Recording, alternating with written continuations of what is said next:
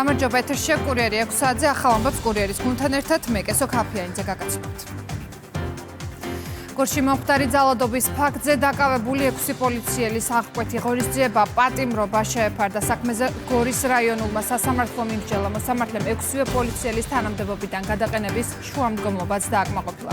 პროკურატურის ინფორმაციით სამართალდამცველებმა 27 მაისს დაზარალებულის დაკავებისას ძალადობით გადაამეტეს სამსახურებრივ უფლებამოსილებას, შეიძლება შეილახა დაზარალებულის უფლებები და ზიანი მიადგა მის ჯანმრთელობას. დაკავებულებს 5-დან 8 წლამდე პატიმრობა ემუქრებათ.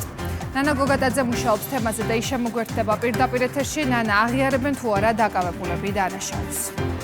ძალადობის ბრალდებით დაკავებული 6 პოლიციელი და ნაწილი დანაშაულს აღიარებს. ერთ-ერთი ბრალდებული პოლიციელი კი წარდგენილ ბრალში თავს დამნაშავედ არ მიიჩნევს. მისი უფლებადამცველი ამტკიცებს, რომ საქმეში არ დევს არანაირი პირდაპირ მტკიცებულება, რომელიც დაცვის ქვეშ მყოფის ბრალეულობას დაადასტურებს. ადვოკატის ინფორმაციით გავრცელებულ ვიდეო ჩანაწერში მისი დაცვის ქვეშ მყოფი პაპუნა ლოცულაშვილზე არ ძალადობს. რაც შეეხება დღევანდელ სასამართლო პროცესს, გორის რაიონულ სასამართლოში სხდომა დაახლოებით 2 საათის განმავლობაში გრძელდებოდა, თუმცა არც ერთი ბრალდებული საკუთარ სასამართლო პროცესს დღეს არ ესწრებოდა. მისი უფლებადამცველები კი დაკავებულების გირაოს სანაცვლოდ გათავისუფლებას ითხოვდნენ. გადაწყვეტილება უკვე მიღებულია, 6-ვე დაკავებული პოლიციელი თანამდებობიდან გათავისუფლდა და მათ წინააღმდეგ აღკვეთის ღონისძიების სახით მსაჯულმა უმკაცრესი ღონისძიება პატიმრობა გამოიყენა, სრულად გაიზიარა სახელმწიფო ბრალდების შუამდგომლობა. სამართლიანი და ობიექტური, სწორედ ასე შეაფასა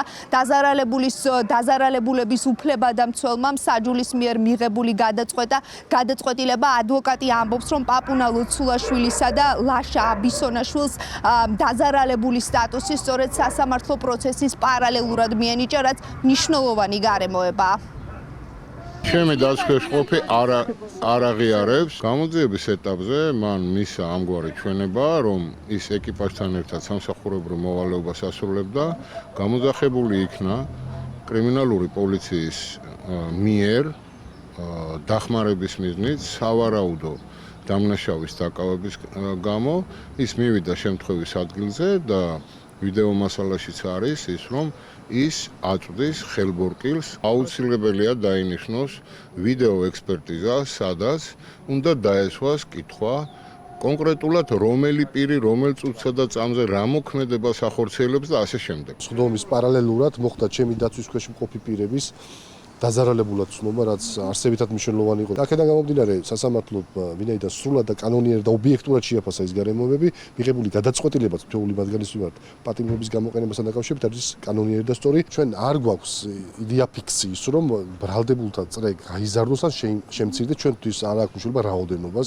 ჩვენთვის მნიშვნელობა აქვს ობიექტურად იქნეს ასახული საქმის მასალებში ის გარემოებები და ის ფაქტები, რომელიცაც ადგილი ჰქონდა საქმეზე ყისიერად იქნა ჩატარებული არაერთი საგამოძიებო და საპროცესო მოქმედება. გამოკითხული ბრალდებულების ნაწილი აწვდის ინფორმაციას გამოძიებას, ნაწილი არ აწვდის, ეს მათი უფლება არის შესაბამისად.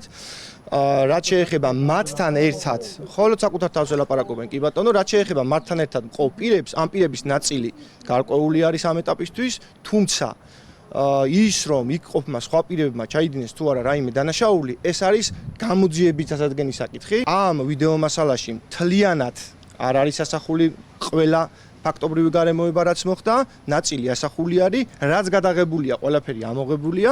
აქვე მოგახსენებთ, რომ ამოღებულ ვიდეო მასალაზე შემდგომ ჩატარდება შესაბამისი ექსპერტიზები. ირკვევა, რომ ბრალდებულებმა ეს პირები გადამოწმების მიზნით შეაჩერეს. გადამოწმების მიზნით შეჩერებას მოყვა მათ შორის სიტყვიერი დაპირისპირება, რომელიც ფიზიკურ დაპირისპირებაში გადაიზარდა. შესაბამისად, სწორედ ამითი გადაამეტეს მათ თანამდებობრივ უფლებამოსილებას. შემიძლია გითხრათ, რომ პოლიციელის დაშავებული არის, ერთი რამე შემიძლია გითხრათ, რომ გარკვეული პირების ჩვენებებში ამაზე საუბარი არის. გორში მომხდარ ძალადობრივ ფაქტთან დაკავშირებით საგამოძიებო მოქმედებები ამ დრომდე გრძელდება. ამ დროისთვის ბრალდებულია 6 პირი, 6-ვე პოლიციელი მოსამართლის გადაწყვეტილებით პატიმრობაში რჩება. მადლობა ნანა, თქვენ უსმენთ ნანა გოგატაძეს. პაპუნა ლოცულაშვილი გვიან ღამით სასწრაფო სამედიცინო დახმარების ბრიგადამ სახლიდან პირველ საუნივერსიტეტო კლინიკაში გადაიყვანა. ამ დრომდე გორის ჰოსპიტალში რჩება პოლიციელიც, რომელსაც ფიზიკური დაზიანება ბლაგვის საგნით აქვს მიყენებული. საუნივერსიტეტო კლინიკაში ლოცულაშვილს პირველადი დახმარება გაეწია და სამედიცინო კვლევები ჩაუტარდა. ექიმების თქმით, პაციენტს სავარაუდოდ 72 საათში გაწერენ. პაციენტი შემოყვანილია ჩვენ კლინიკაში სასწრაფო სამედიცინო დახმარების მიერ. ჩვენთვის ანამნეზი ცნობილია. კომპიუტერული ტომოგრაფიის კვლევის შედეგად კეროვანი დაზიანება პაციენტთან არ გამოვლინდა.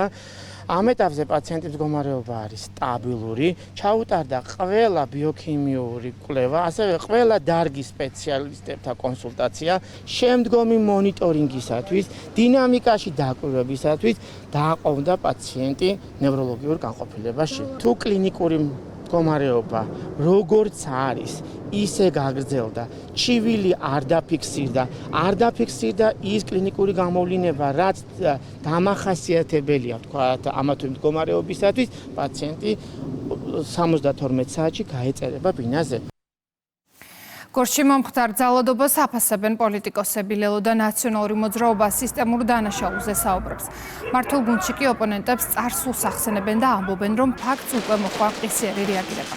ქართული ოცნების შეფასებით ყოფილი ხელისუფლების წარმომადგენლების მხრიდან სისტემურ დანაშაულზე საუბარი ცინიზმია, რადგან საზოგადოებას კარგად ახსოვს სააკაშვილის მმართველობის დროს სამართალდამცავი უწყებების მოქმედებები. სხვა უამრავი შემთხვევა არსებობს, რომელიც ჯერ კიდევ გამოუძიებელია სისტემური ძალადობის უამრავი შემთხვევა. არსულს რა მნიშვნელობა აქვს ხალხო? რაც არ უნდა მომხდარიყო 15 წლის წინ, 20 წლის წინ, 10 წლის წინ, ესე იგი დღეს თვალს უნდა ხუჭავდა. ჩვენ საუბრობთ იმაზე, რომ არ ყოფილიყო გადაღებული და ვიდეო მტკიცებულება არ არსებობდეს ამის, რომელიც თელმა საქართველოს ნახა, ამ შემთხვევაში არ მოხდებოდა ეს დაჭერა. ამაზე ვსაუბრობთ.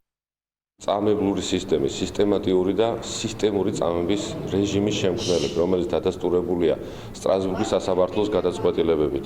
ახლა ბედავენ და საუბრობენ სისტემურ დანაშაულებზე. მაშინ, როდესაც მაგალითად გირგვლიანის საქმის განხილვისა სტრასბურგის სასამართლოს პირდაპირ აქვს ნათქვამი, რომ გაუგნებულია სასამართლო, თუ როგორ შეხმატკიმინებულად საქართველოს პარლამენტი, პროკურატურა, შინაგან საქმეთა სამინისტრო და საქართველოს პრეზიდენტი სასამართლოსთან ერთად ცდილობდა რომ გაიმართლებინა მაშინდელი დამნაშავეები. აი როგორც მეგის ქარდავასგან არ გამოდნება ადამიანის უფლებათა დამცველი, ისე ვერ გამოდნებიან ეს ამ ადამიანებისგან ვერც პოლიტიკოსები და მით უმეტეს ვერ უნდა იღებდნენ ესენი ხმას ნებისმიერ დანაშაულთან დაკავშირებით. რაც შეეხება დანაშაულს, ვინც არ უნდა იყოს, რა თანამდებობის პირიც არ უნდა იყოს, რა პოზიციაც არ უნდა იყოს, იგი კანონი ყოველთვის ყველა შემთხვევაში მათ მიმართ იქნება მკაცრი. ამავდროულად არ შეიძლება დავივიწყოთ, რომ ჩვენ ყავს რამდენიმე ათეული, 40,000 პოლიციელი, რომელთა უკანას დგანან მათი ოჯახები, რომლებმაც არ იციან, რომ ეს პოლიციელები, როდესაც გავლენ ოჯახიდან და სახლს დატოვებენ, უკან დაბრუნდებიან თუ არ დაბრუნდებიან. იმიტომ რომ თითოეული პოლიციელის, თითოეული დღე, თითოეული ღამე, თითოეული მორიგეობა, ეს არის საკუთარი თავის საფრთხეში ჩაგდება სხვა ადამიანის სიცოცხლეზე ჯანმრთელობის. გაეცანით ალბათ საგამოძიებო კომისიის დასკვნას, რომელიც შემდგომ პარლამენტმა დაამტკიცა. აი რა არის სისტემური და სისტემატური დანაშაული, შეგიძლიათ აღმოაჩინოთ იქ.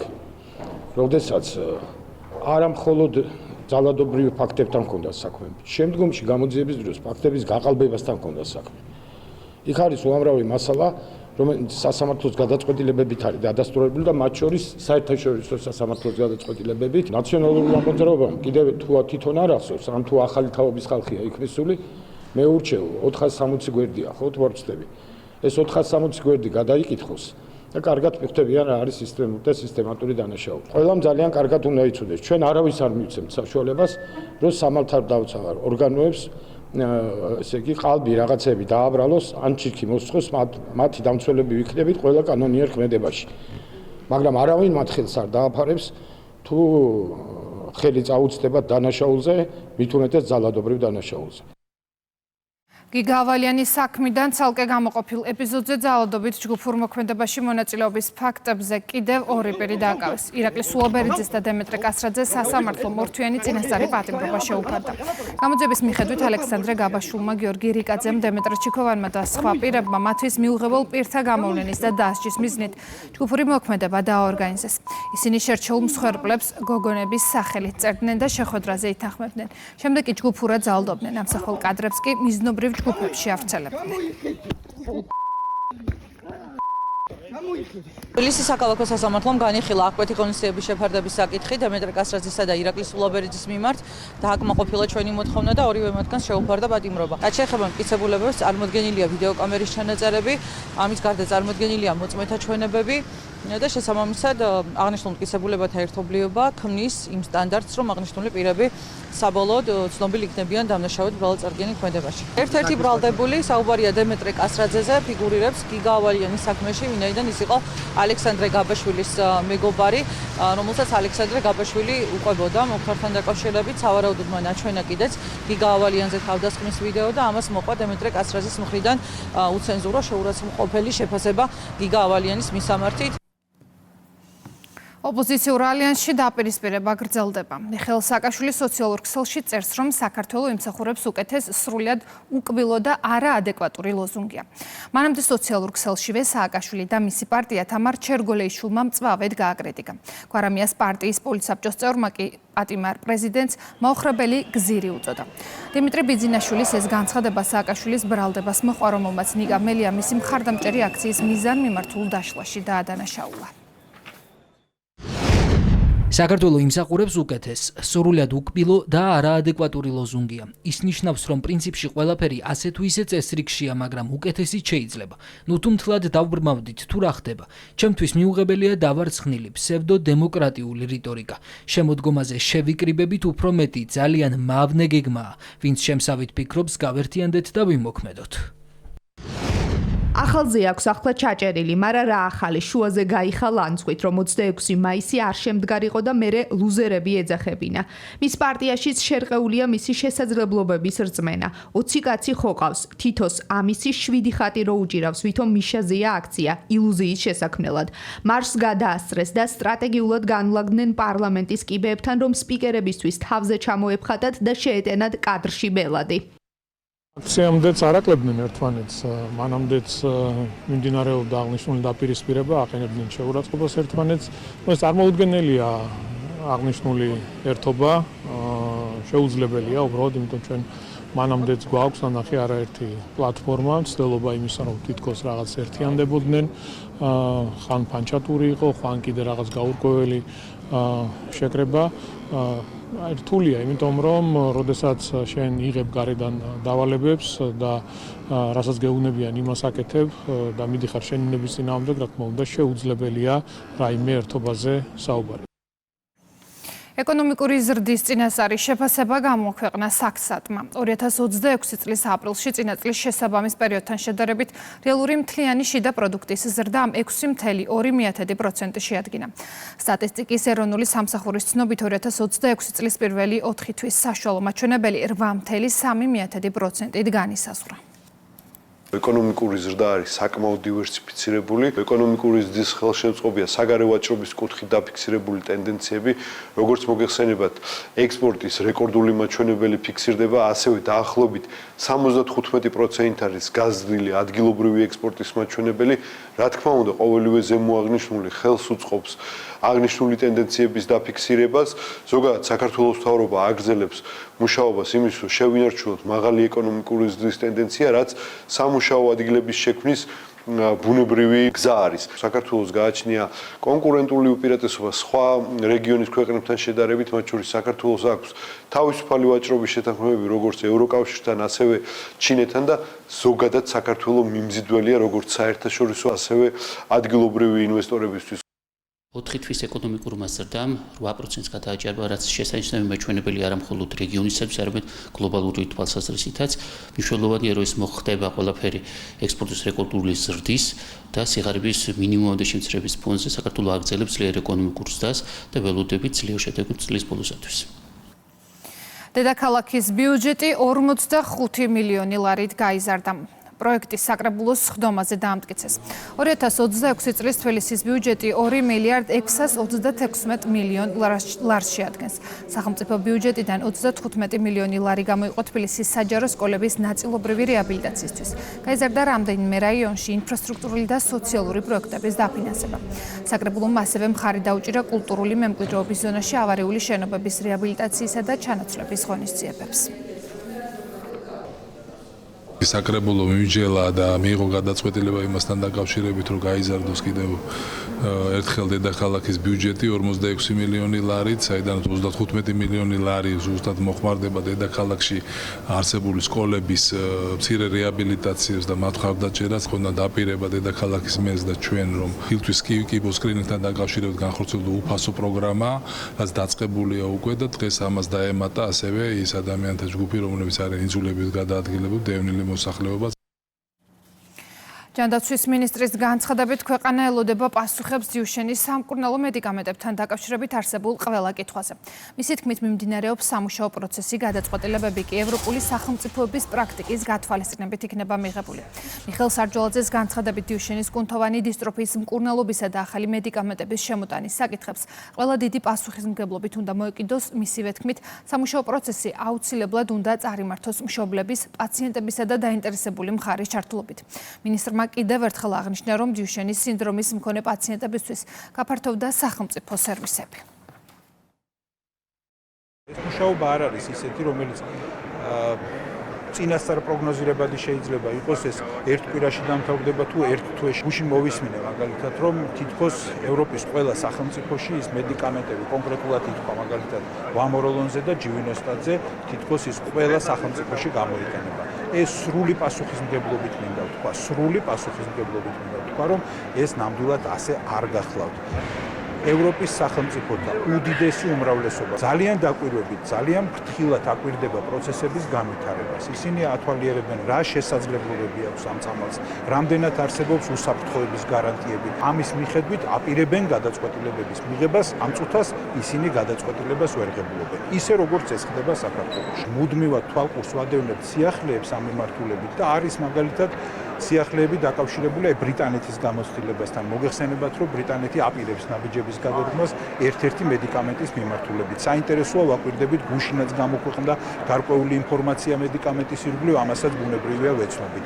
იმავდროულად არის იმედისმომცემი გარკვეული ფაქტორებიც, ძალიან იმედისმომცემი. მაგალითად, საკითხი დაკავშირებული კიდევ ახალი მედიკამენტების გამოჩენასთან. ესეც ძალიან მნიშვნელოვანია. პირველივე დღიდან ვამბობთ, რომ არასოდეს კარი არ დაგვიკეტავს არც ერთი დაინტერესებული პირისთვის და უპირველესად რა თქმა უნდა მშობლებისთვის. სახელმწიფოს ცოტა სერვისი ნამდვილად არ აქვს ამ მიმართულებით. ჟვანიას კლინიკა, ციციშვილის კლინიკა, იაშვილის კლინიკა, ყველა მათგანმა დაიწყო ამ სერვისების იმპლემენტაცია, ამ სერვისების მიწოდება. ძალიან მნიშვნელოვანი სერვისებია. ეს გულისხმობს საკმაოდ დიდ სპექტრ სპეციალისტებისა, რომელთა ჩართულობითაც წელიწადში ერთხელ მაგალითად განხორციელდება აი პერმანენტული მონიტორინგი, სრულფასოვანი, სრულყოფილი მონიტორინგი პაციენტის მდგომარეობას. თანაბრად ხელმისაწვდომია იგივე ეს გამოკვლევები და მულტიდისციპლინური ჩართულობა უზრუნველყოფილია უკლებლიო ყველა პაციენტისთვის. სოფლის მეურნეობის კომიტეტმა მცხეთის მუნიციპალიტეტში გასვლითი სხდომა გამართა. სოფლის მეურნეობის სამეცნიერო კვლევითი ცენტრის დირექტორმა ცენტრის საქმიანობის ანგარიში წარადგინა. სხდომაზე მესამე მოსმენით განიხილეს ვაზისა და ღვინის შესახებ კანონში ცვლილებები და იუნესკოს ნომინაციაზე. საქართველოს მთიანეთში ლუდის ხარშვის ტრადიციული მეთოდის სამუშაო ჯგუფის შემადგენლობა. შეხვედრაზე იმყოფებოდნენ პარლამენტის თავმჯდომარე და სხვადასხვა სფეროს წარმომადგენლები. მქონდათ საუბარი ბევრ საკითხთან დაკავშირებით, მნიშვნელობაზე, მათ შორის ლუდთან დაკავშირებით ახალი სამუშაო ჯგუფი შეიქმნა. იმ გამოცდილებას დაყრდნობით, რომელიც ჩვენ პარლამენტში ჰქონდა ხორბლის და პურის ტრადიციის იუნესკოს მხრიდან აღიარების მხრივ, აქაც გადავწყვიტეთ, რომ ეს კარგი გამოცდილება უკვე გამოვიყენოთ. იმისთვის რომ ლუდის ხარშვის და ეს ტრადიციაც იუნესკოს ვაღიარებინოთ, ასე რომ ისინი ვინც სოფლის მეურნეობის კომიტეტში ხართ, ანუ ვინც დაინტერესებული ხართ ამ საკითხით, ჩათვალითო ფაქტობრივად ამ მომენტის დასაწყისში დგახართ და იმედი ვაქვს, რომ ერთ-ორ წელიწადში შევძლებთ, რომ იუნესკომ აღიაროს ეს ტრადიცია როგორც არამატერიალური კულტურული ძეგლი. ქუთაისის საერთაშორისო აეროპორტში პირველი ბიზნეს ლაუნჯი გაიხსნა. პროექტი საქართველოს აეროპორტების გაერთიანებამ საერთაშორისო პარტნიორ ვიზასთან თანამშრომლობით განახორციელა. ბიზნეს ლაუნჯი მგზავრებს დაეხმარება გაფრენამდე დრო სასიამოვნოდ გაატარონ, ასევე მიიღონ ყველა შესაბამისი სერვისი. დღესვე ქუთაისის საერთაშორისო აეროპორტში სწრაფი გასასვლელი ამოქმედდა. სერვისი უსაფრთხოებისა და კონტროლის, ასევე საპასპორტო კონტროლის სწრაფად გავლას გულისხმობს, რაც აეროპორტში ლოდინის დროს მნიშვნელოვნად ამცირებს. დღეს გავხსენით ახალი ბიზნეს ლაუნჯი, რაც რა თქმა უნდა გათვლილია ჩვენი მომხმარებლების და მგზავრების კომფორტზე. ამ თვეების განმავლობაში ვითანამშრომლეთ ვიზასთან, ჩვენ პარტნიორ კომპანიასთან, რომელმაც დაახლოებით 1 მილიონი ლარის ინვესტიცია განახორციელა აღნიშნულ პროექტში. ასევე აქ წარმოდგენილი არის TBC ბანკი, TBC კონცეპტის მეშვეობით და შესაბამისად მე დარწმუნებული ვარ, რომ ჩვენს მომხმარებლებს ეკნებათ შესაძლებლობა ისარგებლონ ახალი დამატებითი კომფორტული სერვისები.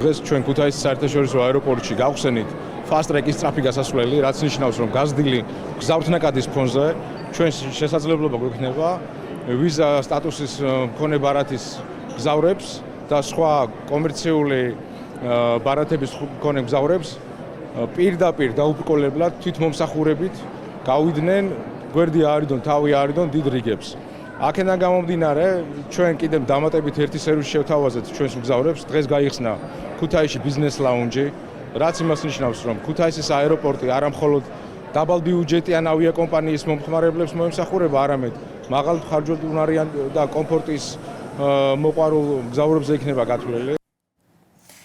ვაკის რაიონში სვანიძის ქუჩის ნომერ 11-ის მიმდებარე ტერიტორიაზე დასასვენებელი სივრცე და სპორტული მოედანი აწყობა. მიმდინარე სამუშაოები დედაქალაქის მერმა დაათვალიერა.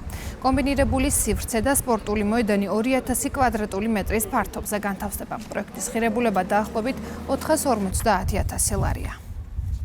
ძალიან მნიშვნელოვანი იყო ამ სივრცის გაკეთება, ვინაიდან ირგვლივ ტერიტორიაზე არანაირი მსგავსი სივრცე არ არსებობდა.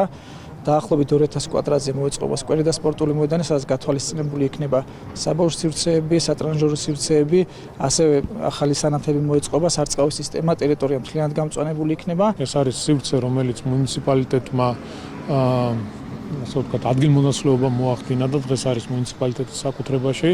ჩვენი დაპირება იყო ადგილობრივი მოსახლეობისთვის, რომ აქ მოეწყობოდა მოსასვენებელი სივრცე, შესაბამისად პროექტის ფარგლებში გათვალისწინებულია პატარა მინი საფეხბურთო მოედანი, ბავშვებისთვის ატრაქციონები, სავარჯიშო სივრცე მოეწყობა. დიდი ტერიტორია არ არის, თუმცა მაქსიმალურად ათვისებული იქნება ადგილობრივი რაიონული გამგეობა, ვაკის რაიონის გამგეობა ახორციელებს სამუშაოებს და აგვისტოში მთლიანად პროექტი დამთავრებული და დასრულებული იქნება. სახელმწიფო უსაფრთხოების სამსახურის უფროსმა გეკა გელაძემ საქართველოში სომხეთის რესპუბლიკის ელჩთან შეხვედრა გამართა. მხარეებმა ქვეყნებს შორის არსებული სტრატეგიული პარტნიორობის საკითხები განიხილეს. საუბარი ასევე შეეხო რეგიონში მიმდინარე პროცესებსა და უსაფრთხოების კუთხით არსებულ გამოწვევებს. გეკა გელაძემ ხაზი გაუსვა საქართველოსა და სომხეთის რესპუბლიკის უსაფრთხოების სამსახურებს შორის არსებულ მტკიცე თანამშრომლობის მნიშვნელობას და პარტნიორობის გაღრმავების მზაობა გამოთქვა.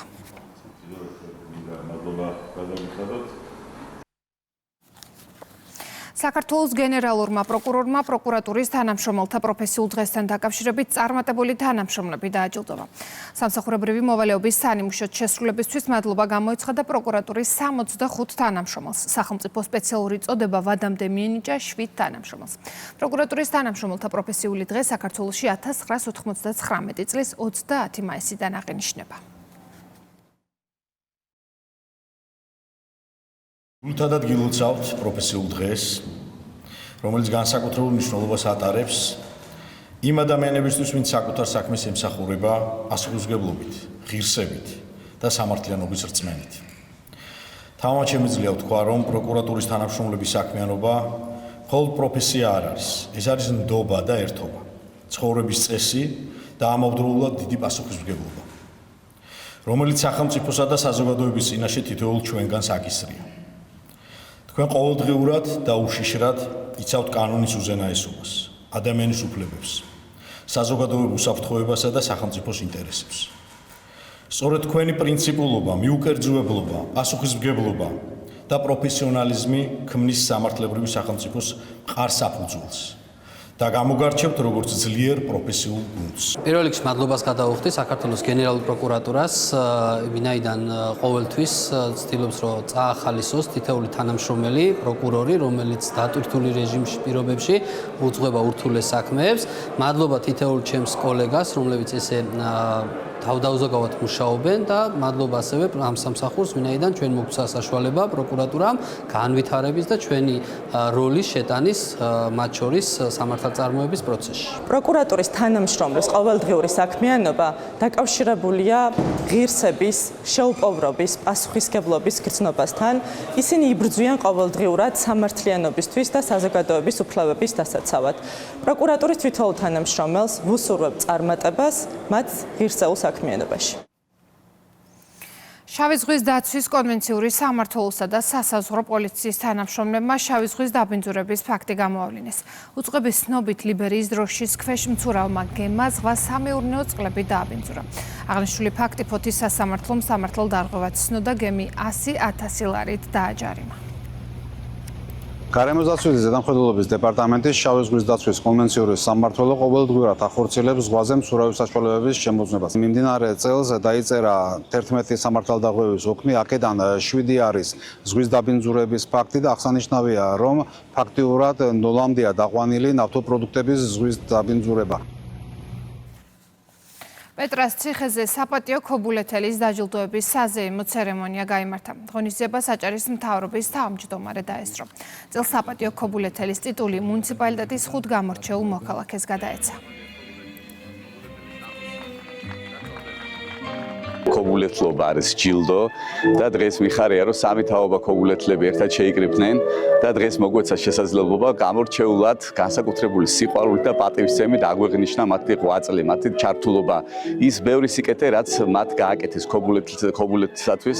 დარწმუნებულობ ეს ტრადიციები გაგრძელდება. დააჯილდოვეთ ადამიანები, რომლებიც თავისი ადამიანურობით არიან გამორჩეული მუნიციპალიტეტში და მთელ საქართველოში და ამასთან ერთად აქვთ განსაკუთრებული პროფესიული მიღწევები საზოგადოების საკეთილდღეოდ და აძლევენ იმ სულიერ ინტელექტუალურ პროდუქტს, ახალ თაობას, რომელიც ჭირდება ჯანსაღ მომავალს უკეთეს საქართველოს. როდესაც შენი ქალაქი, შენი ხალხი გაღიარებს, დაგინახავს, დაგაფასებს, ამაზე დიდი ჯილდო არ არსებობს. მადლობა ჩემს მუნიციპალიტეტს, ჩემს ქალაქს, ჩემს ხალხს.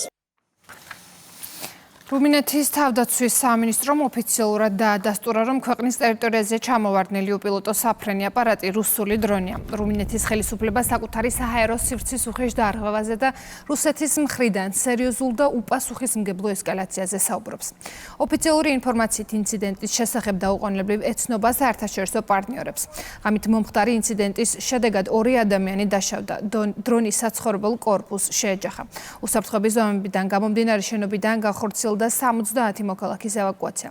მომხდარის გამო რუმინეთი კონსტანცაში რუსეთის გენერალურ საკონსულოს ხურავს და გენერალურ კონსულს ქვეყნიდან აძევებს. რუსეთის საგარეო საქმეთა სამინისტროს ოფიციალურმა წარმომადგენელმა საკითხზე საუბრისას განაცხადა, რომ არ დააყოვნებს მოსკოვის საპასუხო ზომები.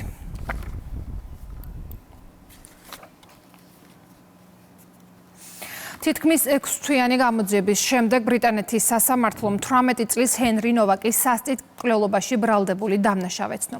დადასტურდა, რომ მამაკაცმა ნოვაკს სიცოცხლისთვის შეუთავსებელი ჭრილობები სარიტუალო დანით მიაყენა. მედია წერს, რომ ბრიტანულ მართლმსაჯულებას ამ დრომდე პასუხისგებაში არ მიუცია ეს პოლიციელები, რომლებმაც დაჭრილი ახალგაზრდა გარდაცვალებამდე რამდენიმე წუთით ადრე დააკავეს. გახმაურებული საქმის მასალებიდან ირკვევა, რომ შემთხვევის ადგილზე მისულმა პოლიციამ ნოვაკს ხელბორკილები დაადო ისე, რომ მისი მდგომარეობა არ გაითვალისწინეს.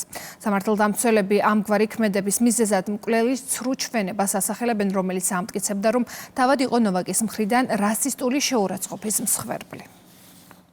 სამართალდამცავებმა სრულად უგულვებელყვეს ის ფაქტი, რომ ადამიანი დაჭრილი იყო. მას ხელბორკილები ისე დაადეს, თითქოს საშიში დამნაშავე ყოფილიყო. რეალურად არანაირ რასიზმს ადგილი არ ჰქონია, საქმე გვაქვს ველურ სასტიკ მკვლელობასთან. ოფიცრებს, რომლებმაც მას ხელბორკილები დაადეს, ეცინებოდათ. საქმე არ გამოიძიეს. აუცილებელია პოლიციის ქმედებების საფუძვლიანი გამოძიება. დამნაშავე პოლიციელები უნდა გასამართლდნენ. ოფიცრებზე თავდასხმით ბრალდებით 6 მომიტინგე დააკავეს ნიუ-ჯერსიში. მომიტინგეებსა და სამართალდამცველებს შორის დაპირისპირება საიმიგრაციო დაკავების ცენტრის მიმდებარე ტერიტორიაზე გამართული აქციის დროს მოხდა. დემონსტრანტებმა იზოლატორის შესასვლელი დაბლოკეს და პოლიცია სხვადასხვა ნივთები ესროლეს. ოფიცრებმა წიწაკის სპრეი და ხელკეტები გამოიყენეს, არიან დაშავებულები. აქციის მიზანი იმ პირების მხარდაჭერა იყო, რომლებიც დაწესებულებაში არსებული პირობების გამო შიმშილობდნენ. მომიტინგეები საბაჟო და საიმიგრაციო სამსახურის იზოლატორის დახურვას და დაკავებულების გათავისუფლებას ითხოვდნენ.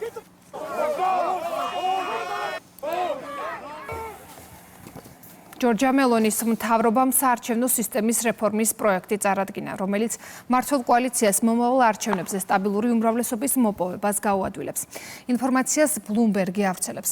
გამოცემა წერს, რომ ცვლილებების მიხედვით თუ გამარჯვებულ კოალიციას არჩევნებში ხმების 42%-ზე მეტი ექნება, პარლამენტში დამატებით მანდატებს მიიღებს, რაც მას მყარი საპარლამენტო უმრავლესობის ფორმირების შესაძლებლობას მისცემს.